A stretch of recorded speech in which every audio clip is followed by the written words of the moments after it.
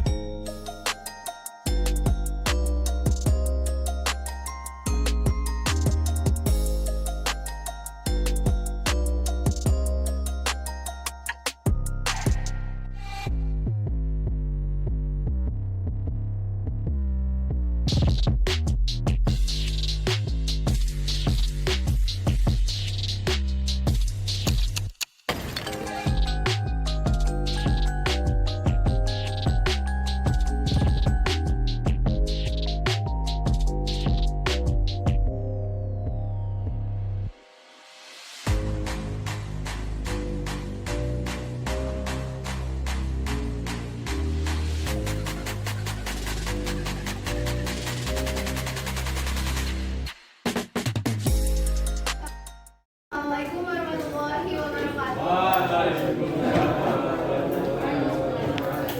Selamat siang semuanya. Oke, gimana kabarnya hari ini? Sekarang yang gak masuk siapa? Julia sakit, Dea sakit, Norita sakit, Boma gak tahu, Noval sakit. Oke, berarti totalnya 5. Oke, nah kita ingat dulu minggu lalu kita belajar terkait dengan sistem reproduksi. Iya. Belajar apa aja kita? Banyak. Apa? Ini nggak masuk. Apa disebutkan? Nggak masuk. Organ-organnya. Organ-organnya. Terus kita belajar apa lagi? Itu. Apa? Penyakitnya. Terus bagiannya. Spermatogenesis. Apa spermatogenesis? Oke, proses pembentukan sperma. Masih ingat kemarin sperma dibentuk gimana? Testis. Dari spermatogenesis menghasilkan berapa sperma? 4 ya? 4 sperma fungsi. Oke, nah hari ini kita bakal bahas sistem reproduksi wanita. Hari ini pembelajaran kita itu ada 3 poin. Kita akan belajar bersama-sama secara diskusi untuk membahas terkait dengan struktur dan fungsi organ reproduksi perempuan, lalu ada oogenesis dan juga ada menstruasi. Nah, sekarang coba kita lihat. Ini gambar apa sih? Piranti. Piranti itu apa sih? Itu bukan nama ya?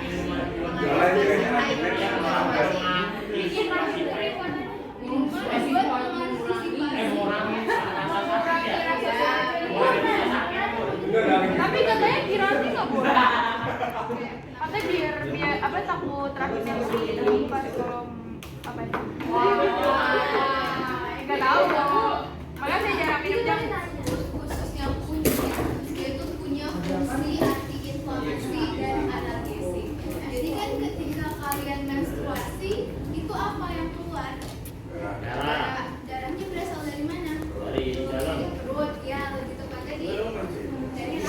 dari jadi proses menstruasi ini merupakan proses pelumpuhan dari dinding rahim atau endometrium. Jadi dalam proses pelumpuhannya itu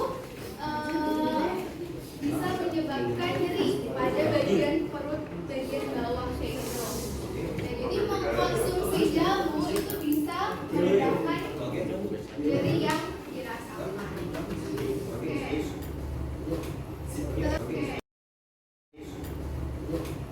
Terus sekarang timbul pertanyaan, kenapa wanita yang PMS suka marah-marah?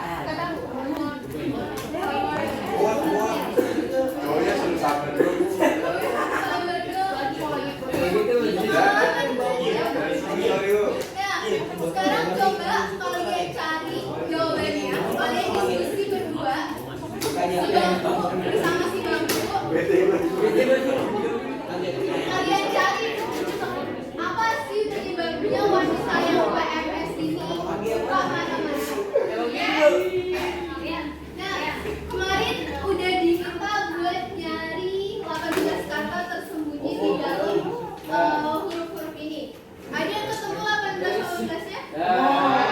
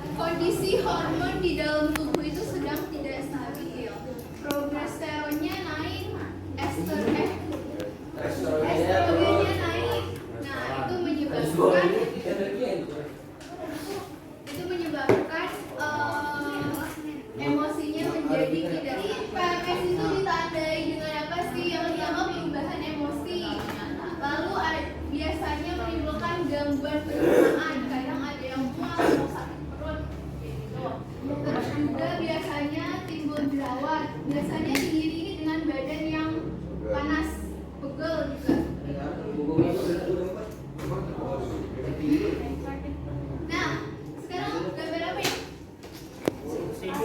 Siklus fase Siklus menstruasi. Oke, udah ada ya di LKPD kalian? Ya, dia mau jelasin? Coba dijelasin dulu sebelum kita bahas bareng-bareng. Kalian sudah ngerjain kan? Harpa tuh katanya berbahas. Panjang. Dapat poin nggak, Bu?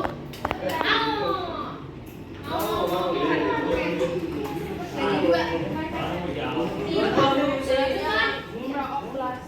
Bagi empat dong, Bu. Nggak bisa. Enggak bagi empat, bagi dua sama nanti tadi ya. Maju kayak lu mau Ini kan ada empatnya, ada menstruasi, preovulasi, ovulasi, sama pasca ovulasi. Jadi kalian bagi dua. Kalian mau ngejelasin yang mana? Menstruasi, preovulasi. Dan lu maju dan. Iya. Ya udah yuk. Kenapa wanita pas gak bisa? Aduh banyak. Assalamualaikum warahmatullahi wabarakatuh. Waalaikumsalam warahmatullahi wabarakatuh. Perkenalkan semuanya, nama saya Mici Iya. absen 17. Saya Davi absen 7. Pada kesempatan kali ini kita berdua akan menjelaskan tentang siklus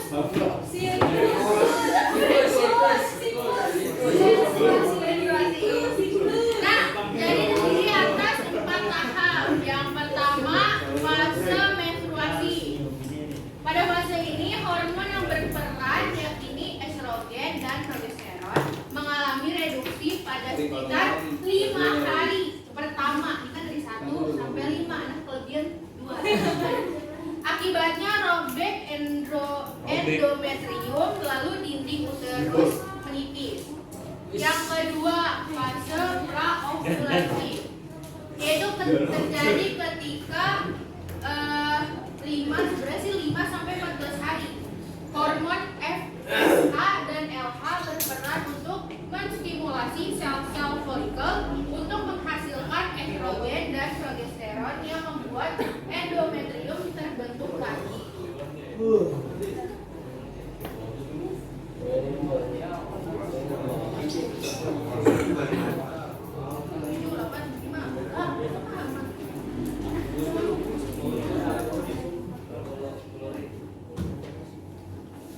Yang ketiga ada masa ovulasi, yaitu masa subur. Yang pertama itu ada estrogen meningkat, yaitu memicu meningkatnya LH. Terus LH menstimulasi ovulasi dan pembentukan korpus luteum. Terus ada pelepasan ovum sekunder menuju ovulum. Lalu ada oosit sekunder berkembang menjadi ovum. Saat yang tepat untuk terjadinya fertilisasi. Lalu yang terakhir ada masa pasca ovulasi. Progesteronnya itu mulai membentuk, usaha estrogen dan progesteron meningkat, memicu penurunan FSH dan LH. Lalu ada penebalan endometrium oleh estrogen dan persiapan kehamilan dan progesteron. Ya, dari kami berdua. Waalaikumsalam warahmatullahi wabarakatuh.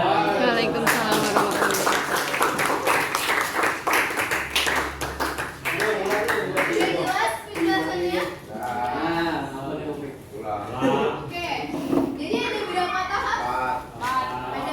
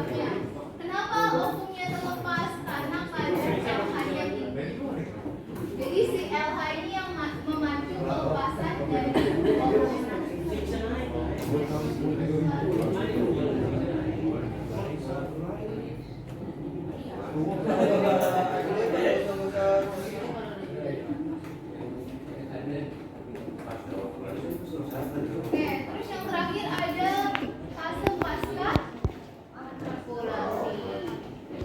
Ovulasi atau setelah ovulasi. Kalau kalian lihat garisnya kira-kira yang tinggi di sini hormon apa?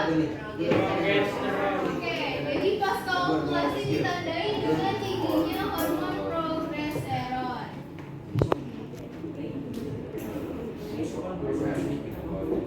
Kalau kalian lihat pada pasca ovulasi, endometriumnya gimana? Mana? Nah, jadi progesteron ini bakal memacu dinding rahim atau dinding uterus atau endometrium untuk menebal. Nah, ketika di fase ini fertilisasi sudah terjadi, maka bayi bakal berkembang di dalam. Oke, sampai sini ada pertanyaan.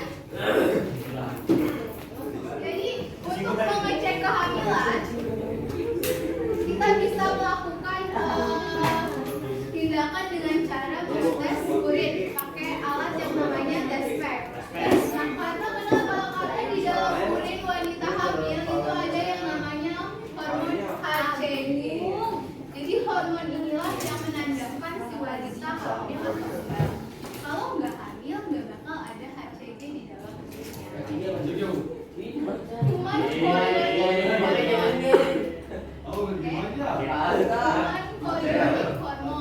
Kalian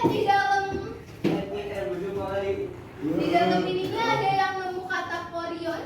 Ya. Apa? Korion apa?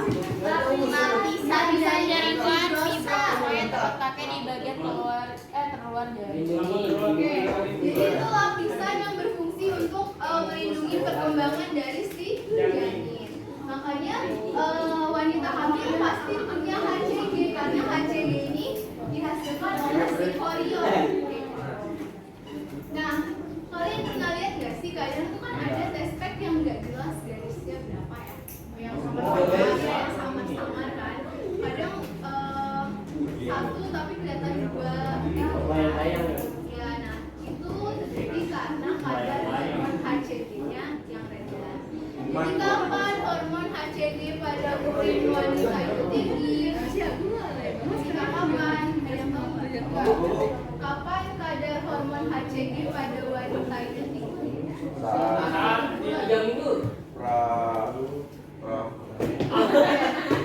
Oke, jadi hormon ini bakal tinggi pada urin wanita di pagi hari. Ya, jadi bagusnya biar lebih akurat itu dilakukan di pagi. Kalau misalnya selain pagi hari kan kadangnya lebih rendah. Jadi kemungkinan garis yang dihasilkan tuh nggak terlalu jelas. Ada lagi pertanyaan? Jadi cakep. Sini, jadi dulu kalian di dalam langsung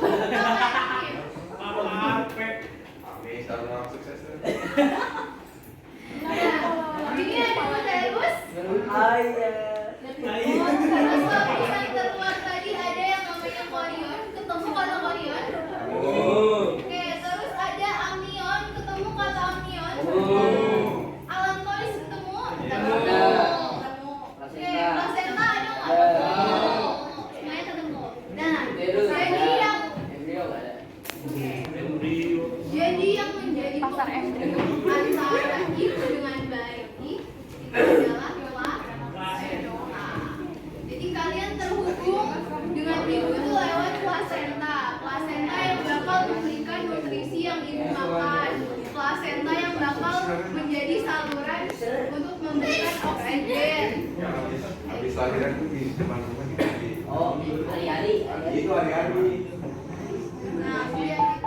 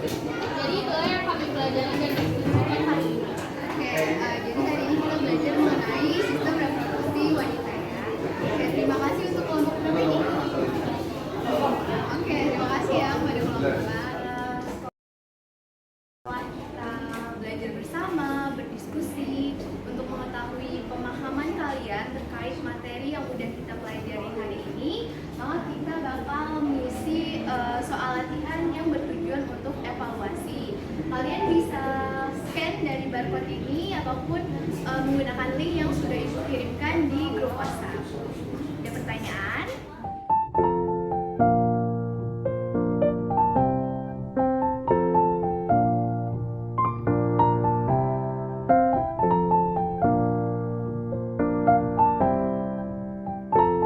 Nah, terus hari Kamis kan kalian bakal PH sama Bu Tanti. Jadi inget ya, hari Kamis kalian bakal PH sama Bu Tanti. Gue mau ini. Silakan dan agar pelajaran pada ini terapkan total.